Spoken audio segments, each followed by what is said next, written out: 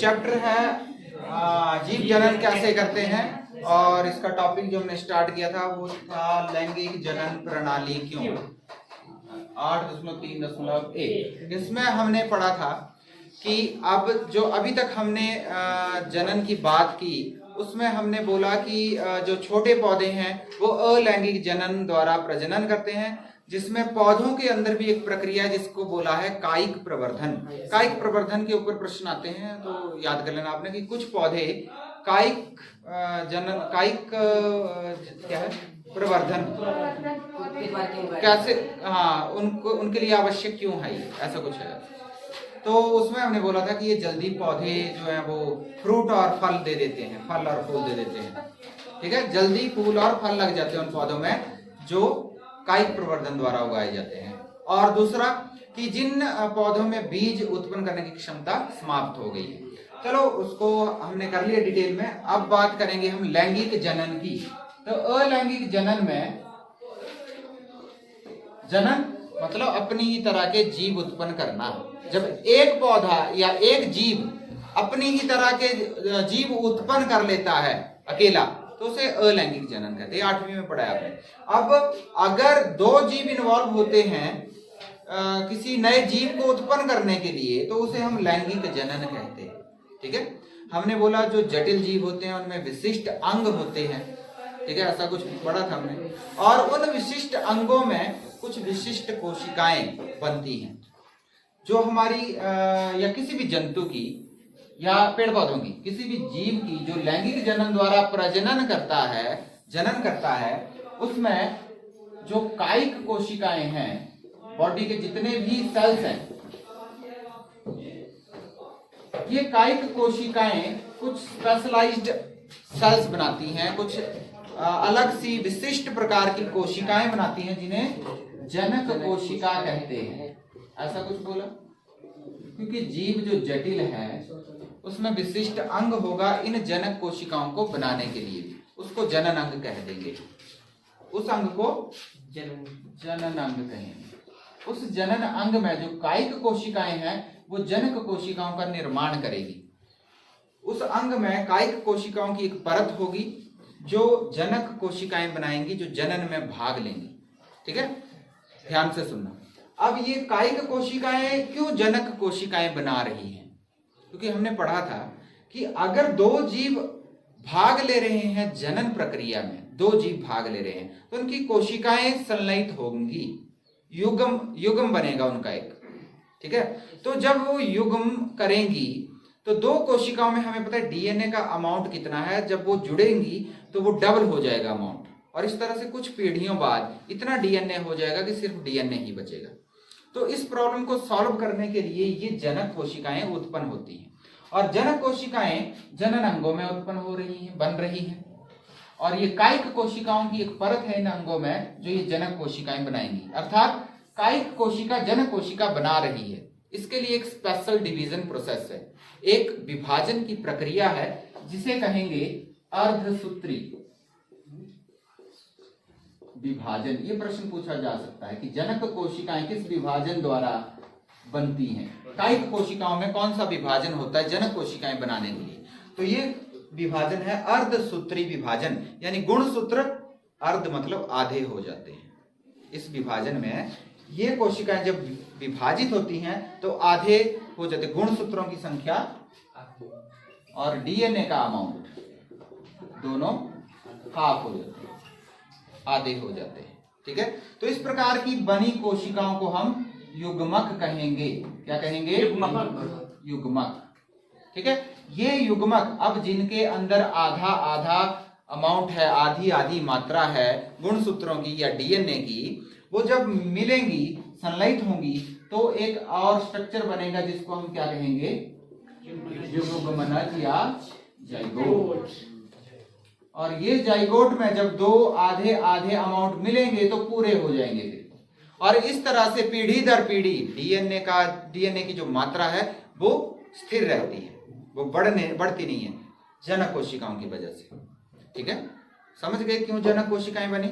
क्योंकि लैंगिक जनन में दो सेल्स जुड़ेंगे, दो युग्मक संलयित होंगे और युग्मनज बनाएंगे। इसलिए 2 कोशिकाओं में डीएनए के अमाउंट को पहले आधा होना पड़ेगा, तब वो आधा आधा बन के पूरा हो जाएगा। अगर वो आधा नहीं होता तो युग्मनज में ये संख्या बढ़ती ही जानी थी पीढ़ी दर पीढ़ी, और इतना अमाउंट हो जाना था डीएनए का। ठीक है, समझ गए बात को? तो क्यों अर्धसूत्री विभाजन होता है? ताकि गुणसूत्रों की या डीएनए की जो संख्या है वो निश्चित रहे पीढ़ी दर पीढ़ी। इसलिए अर्धसूत्री विभाजन से सबसे पहले गुणसूत्रों की संख्या को आधा कर दिया जाता है। समझ गए? अब बात कर रहे थे हम कि जो जटिल जीव हैं उनमें हो रहा है लैंगिक जनन, तो उनमें विशिष्ट अंग भी हैं। जनन प्रक्रिया के लिए विशिष्ट अंग हैं जिनको जनन अंग बोला है। और क्योंकि युग्मनज अब ये अकेली कोशिका है जो पूरे जीव का निर्माण करेगी, जब चाहे वो कितना भी जटिल है। ठीक है, तो ये जो युग्मनज है ये जटिल जीव बनेगा, इसके लिए इसको बहुत ज्यादा ऊर्जा खर्च करनी पड़ेगी, बहुत ज्यादा एनर्जी की जरूरत पड़ेगी, है ना। एनर्जी मिलनी है तो ये काम करेगा, तब ये विभाजित होगा, और विभाजित होने के बाद बहुत सारी कोशिकाएं बनाएगा और ग्रो करेगा, वृद्धि करेगा और भ्रूण बन के फिर नया जीव बनाएगा। ऐसा कुछ है, समझ गए इतना? तो बहुत सारे विभाजन अब यहाँ पे होने हैं, बहुत सारी ग्रोथ यहाँ पे होनी है, बहुत ज्यादा वृद्धि होकर जीव बनना है, तो बहुत ज्यादा ऊर्जा होनी चाहिए। ठीक है, अब यहाँ पर क्या है कि जो सरल जैसे जीव हैं वो ज्यादा जटिल नहीं है, उनमें इन दोनों युग्मकों को अगर देखें तो ज्यादा विभिन्नता नहीं होती, सेम होते हैं, एक जैसे होते हैं। ये छोटे जीवों में जो ज्यादा जटिल नहीं है उनमें ये दोनों युग्मक एक जैसे लगते हैं। ठीक है, या फिर अगर अंतर है भी तो बहुत मामूली सा अंतर है। ठीक है, अदरवाइज ये समाकृत यानी सिमिलर हो सकते हैं, सेम स्ट्रक्चर, एक जैसी संरचना के हो सकते हैं। जटिल जीवों में नहीं होता ऐसा। जटिल जीवों में क्या होता है, एक युग्मक को दूसरे युग्मक तक पहुंचना होता है, इसलिए जो युग्मक गतिशील होगा उसे छोटा होना पड़ेगा। जैसे आपने 8वीं में पढ़ा है कि मनुष्यों के अंदर जनन में जो नर का युग्मक होता है वो इस तरह का छोटा होता है, जिसे शुक्राणु कहते हैं, है ना, मनुष्यों में। ठीक है, और यहाँ पर मादा के अंदर होता है अंडाणु।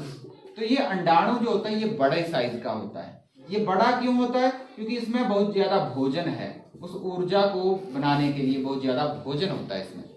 ठीक है, और इसको क्योंकि यहां तक पहुंचना है तो इसके लिए ये छोटा बनाया गया है। प्रकृति ने इसको छोटा बनाया है ताकि ये वहां तक आराम से पहुंच सके।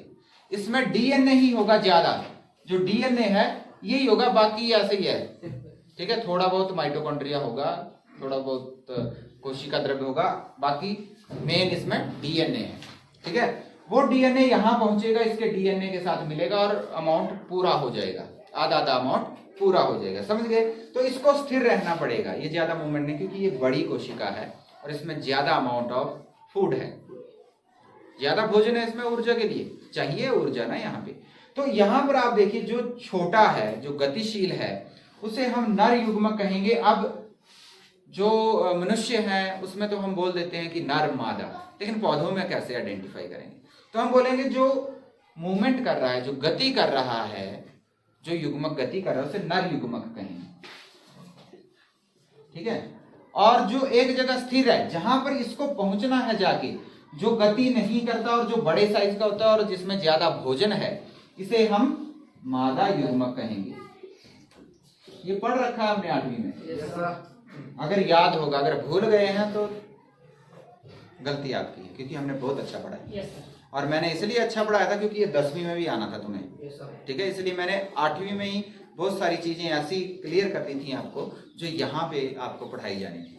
ठीक है, तो हमने एक कायांतरण पढ़ा था मेंढकों में, है ना, उसमें हमने हाँ निषेचन अभिक्रिया पढ़ी थी। एक बाह्य निषेचन था, एक आंतरिक निषेचन था। फिर हमने कहा था कि एक बीच में लार्वा बनता है, कैटरपिलर में लार्वा बोला था, और मेंढक का लार्वा। मेंढक का लार्वा जो था वो टेडपोल लार्वा था, और जो सिल्क मॉथ था उसके उसको हमने लार्वा को हमने कैटरपिलर बोला था। ठीक है, तो ये हम पढ़ चुके हैं। लैंगिक जनन अलैंगिक जनन में क्या अंतर है ये भी हम पढ़ चुके हैं।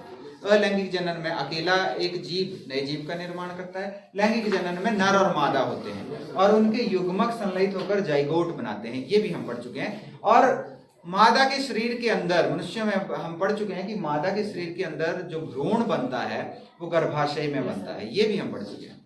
भ्रूण और गर्भ में क्या अंतर है, ये भी 8वीं में पढ़ चुके हैं। भ्रूण होता है, ये सेल जब डिवाइड होता है एक बॉल बन जाती है, सेल्स के ग्रुप की बॉल बन जाती है, उसे हम भ्रूण कहते हैं।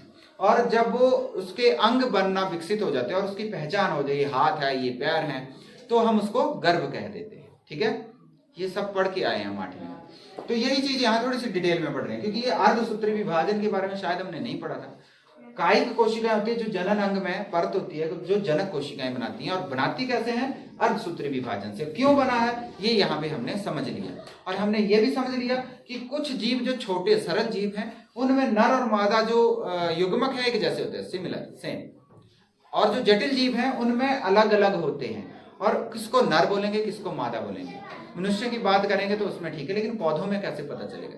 तो हमने बात की कि जो युग्मक गतिशील होगा उसे हम, छोटा होगा और गतिशील होगा उसे हम शुक्राणु कहेंगे, नर युग्मक कहेंगे, और जो एक जगह स्थिर है बड़ा है उसको मादा युग्मक कहेंगे। ठीक है, ये हम पढ़ के आए थे। इनका संलयन होगा, जाइगोट बनेगा और जाइगोट से नया जीव बनेगा। ठीक है, अब चलते हैं कि इस प्रक्रिया को पौधों में कैसे होती है ये प्रक्रिया। तो अगला टॉपिक क्या है हमारा, पुष्पी पौधों में लैंगिक जनन। पुष्पी पौधे, ये हमने 9th में पढ़ा था, एंजियोस्पर्म, पुष्पी पौधे। तो जो पुष्प वाले हैं पुष्पी पौधों में,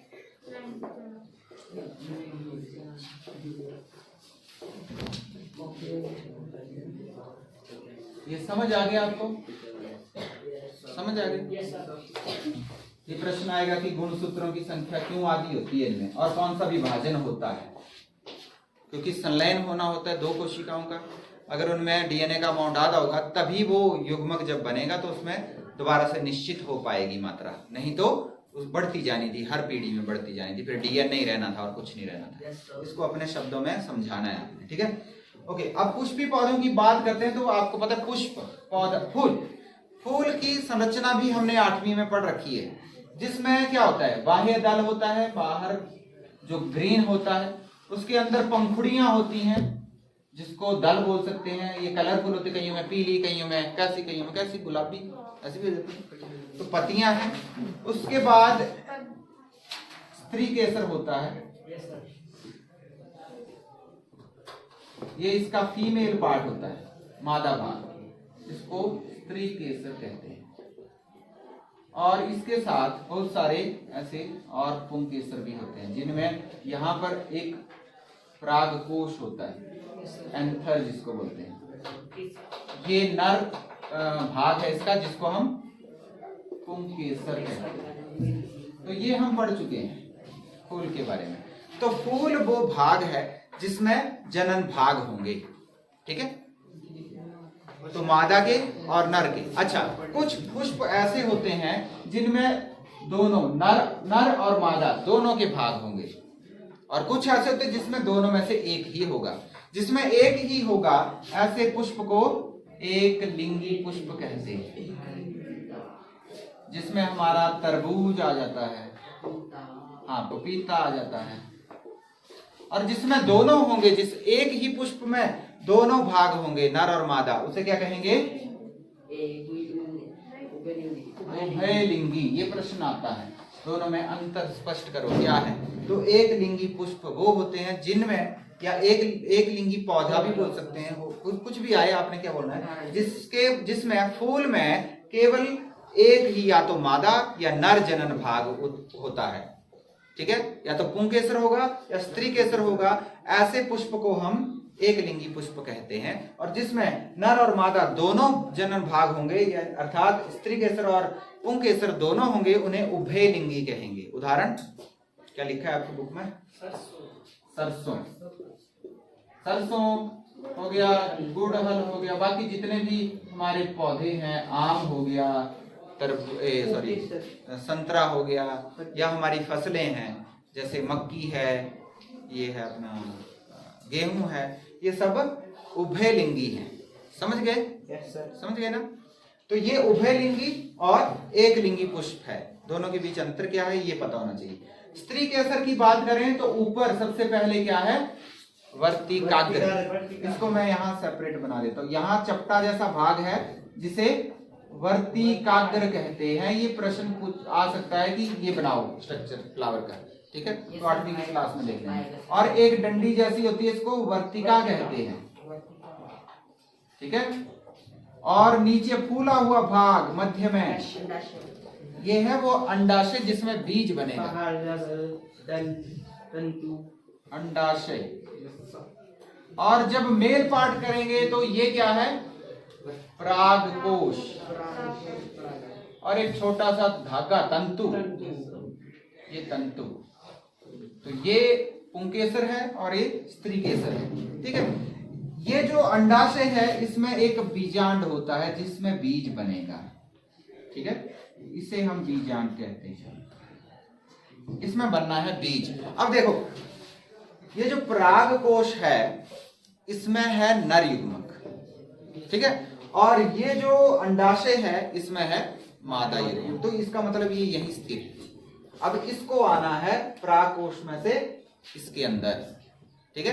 तो जब फ्लावरिंग सीजन होता है तो हमने देखा है कि ये जो परागकोश होते हैं उसमें से बहुत सारे पराग कण निकलते हैं, ठीक है। परागकोश में बहुत सारे पराग कण होते हैं, वो निकलते हैं। तो जब फूल लगते हैं, जब उनका फ्लावरिंग होती है तो आप देखते हैं जब इससे हाथ लगाते हैं हाथ पीले पीले हो जाते हैं, पाउडर जैसा लग जाता है। वो पराग कण है।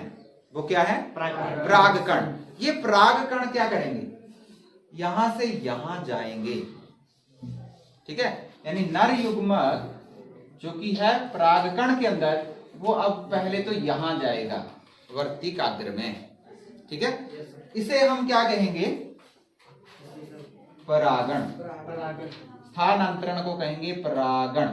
तो परागण का मतलब क्या है, स्थानांतरण किसका, पराग कणों का, कणों का स्थानांतरण। जो परागकोश के अंदर परागकोश पूरा नहीं जाएगा, ये टूटेगा, इसके अंदर से कण निकलेंगे और वो कण कहां जाएंगे, स्थानांतरित होकर क्या बोलेंगे, वर्तिकाग्र में। स्त्रीकेसर के वर्ती, ठीक है। तो वर्तिकाग्र तक स्थानांतरण होता है पराग कणों का, उसे क्या कहते हैं, परागण। परागण में क्या हुआ, पराग कणों का, कहां से, परागकोश से स्त्रीकेसर के वर्तिकाग्र तक स्थानांतरण परागण कहलाता है। हो गई डेफिनेशन। स्थानांतरण पता होना चाहिए किसका, परागकण का। परागकण का स्थानांतरण है कहां से कहां, परागकोश से लेकर वर्तिकाग्र तक,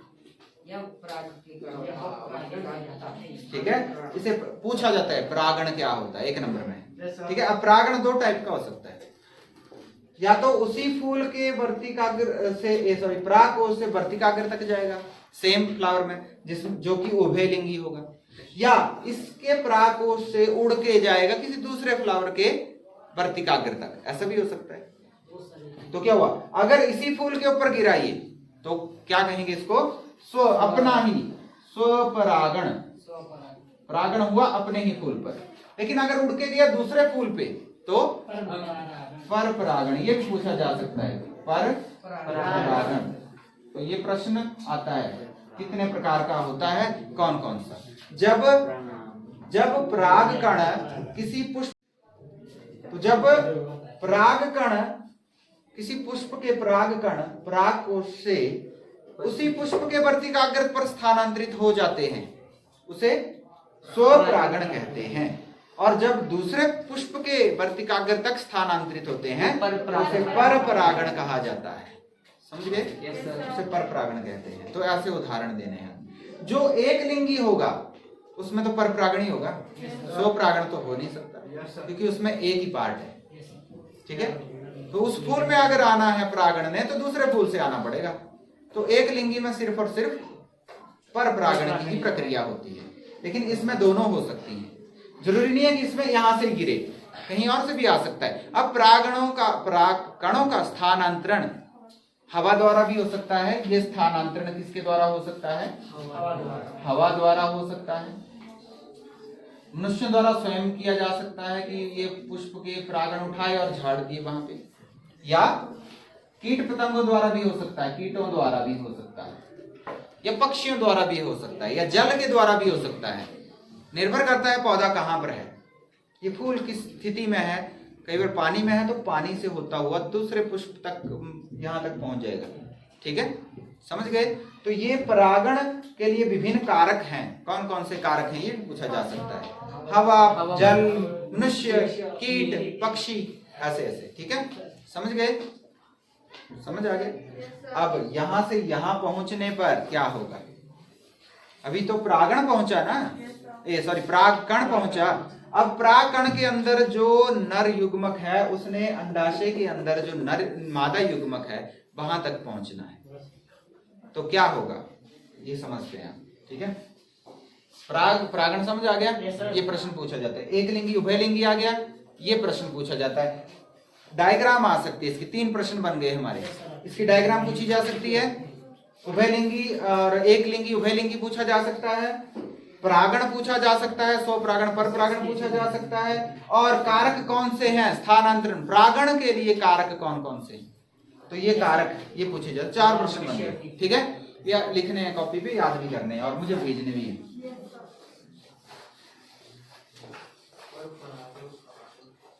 अच्छा, अब फूल का ये है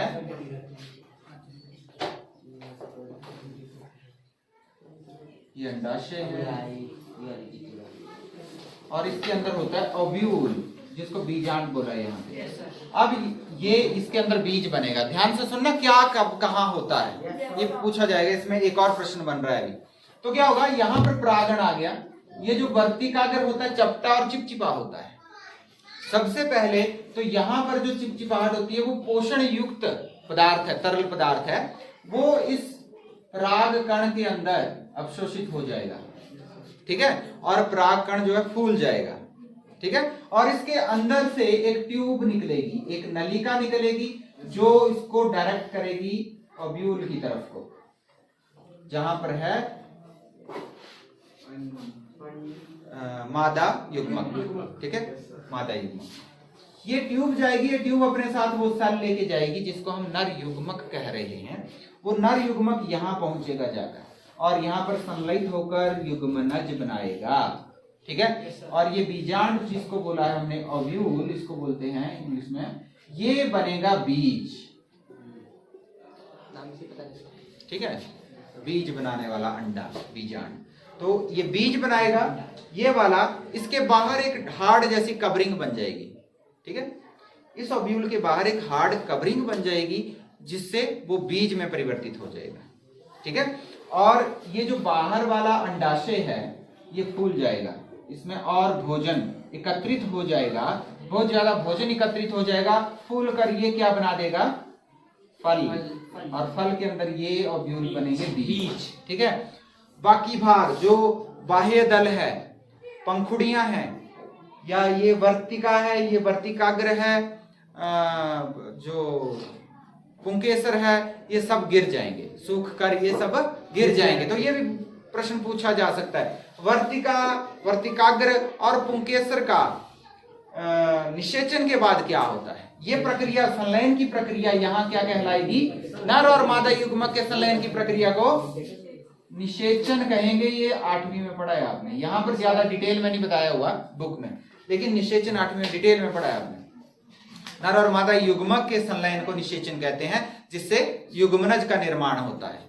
ठीक है, निषेचन 2 प्रकार का होता है, अंत निषेचन, बाह्य निषेचन। अंत निषेचन जिसमें जो नर युग्मक है वो मादा के शरीर के अंदर छोड़ा जाता है, उसे बोलते हैं, और अंदर जाके ही वो संलयित होगा, तो उसे कहते हैं आंतरिक निषेचन। और जिसमें दोनों, चाहे वो नर युग्मक हो मादा युग्मक हो, दोनों शरीर से बाहर छोड़े जाते हैं और जल में जाकर उनका संलयन होता है, तो निषेचन बाहर हो रहा है शरीर के, उसे बाह्य निषेचन कहते हैं। ये मेंढक में हुआ। ठीक है, ठीक है ना, तो ये आपने पढ़ा हुआ है। तो इस प्रकार ये हो रहा है यहाँ पे प्रोसेस, बीज बन रहा है, फ्रूट बन रहा है। तो अंडाशय का क्या होगा, क्या बनेगा? अंडाशय का क्या बन गया? फल, और ओव्यूल बीजांड का क्या बन गया? बीज। बीज। तो ये याद रखने पूछा जा सकता है। बाकी चीजों का क्या होगा? वर्तिका, वर्तिकाग्र, पुंकेसर, पंखुड़ियां सूख कर गिर जाएंगी। हाँ, जो बाह्य दल है कई बार वो जुड़ा रहता है। कौन कौन से फ्रूट में बाह्य दल हरा है? बैंगन में देखा है, बैंगन में जुड़ा होता है। टमाटर में देखा है, कई टमाटर में, यहाँ जो आते हैं वो दूसरे आते हैं, अदरवाइज उसमें भी जुड़ा होता है। ठीक है, तो कईयों में वो जुड़े रहते हैं। ठीक है, तो ये याद रखनी है। तो इस तरह से हमारा पुष्पी पौधों में लैंगिक जनन समाप्त होता है। ठीक है, अच्छे से पढ़ना इसको, और ये जो क्वेश्चन मैंने आपको बताए इनको नोट कर लो, याद भी करो, और मुझे व्हाट्सएप पे भेजना है आप लोग। ठीक है, फिर मैं फोन करके आपसे पूछूं। कल परसों कल मैं कहीं बिजी हो गया इसलिए नहीं पूछ पाया। ठीक है, ठीक ठीक है। इसके आगे एक पार्ट तो रह गया, जो बीज है उसका क्या होगा? ये भावी पौधा है, आगे के जो पौधा बनेगा वो सारा भ्रूण है। ये बीज क्या है? एक टाइप का भ्रूण है। जब इसको कंडीशन अच्छी मिलेंगी, अनुकूल परिस्थितियां मिलेंगी, जल मृदा मिल जाएगी, मिट्टी, तो इसमें अंकुरण स्टार्ट हो जाएगा, नवोद्भिद निकलेगा इसमें से, नया पौधा बनने वाला, नया जो पौधा निकलता है। तो जब नवोद्भिद निकलेगा किसमें से? बीज से, तो उसे कहेंगे, उस प्रक्रिया को कहेंगे अंकुरण। अंकुरण कहेंगे। अब क्या होता है? कुछ बीज एक पत्री होते हैं, कुछ बीज द्विपत्री। ये भी प्रश्न आ सकता है, एक बीज पत्री और द्वि, या ये 9th में आया था शायद, एक बीज पत्री और द्विबीज पत्री, ये 9th का प्रश्न है, लेकिन याद होना चाहिए। अगर बीज ऐसा हो, जैसे आपका राजमा होता है ना, उसको 2 भागों में तोड़ सकते हो आप, ठीक है, लेकिन मक्की का दाना है वो नहीं टूटेगा, तो उसमें 2 बीज पत्र हैं अलग अलग, इसलिए टूट जाता है वो। तो इस तरह से बीज पत्र जो है, आप इधर भी बनाए हुए हैं, 2 बीज पत्र हैं। ये बीज पत्र जो है, इनमें भोजन संग्रहित होता है, क्योंकि भोजन चाहिए ना, जब ग्रो करना है पौधे तो भोजन चाहिए। ठीक है, अब ये ऊपर वाला भाग जो है, जो भावी प्ररोह बनाएगा, उसको प्रांकुर कहेंगे, और नीचे वाला भाग मूलांकुर कहेंगे। तो ये प्ररोह बनाएगा, जो कि बाद में तना बनेगा, मूलांकुर जड़ बनाएगा। ठीक है, तो ये अंकुरण क्या है, और ये प्रांकुर और मूलांकुर क्या बनाते हैं, ये भी प्रश्न पूछा जा सकता है। तो प्रांकुर क्या बनाएगा? प्ररोह यानी तना बनाएगा, और मूलांकुर क्या बनाएगा? जड़, मूल बनाएगा। मूल मतलब जड़। ठीक है, प्रांकुर तो दूसरा अपर वाला पार्ट बनाएगा। समझ गए? तो ये प्रश्न भी आपको आ सकता है, इसको अच्छे से पढ़ना। ठीक है, बाकी कल करेंगे फिर मानवों में जनन की प्रक्रम को, लैंगिक जनन। ठीक है।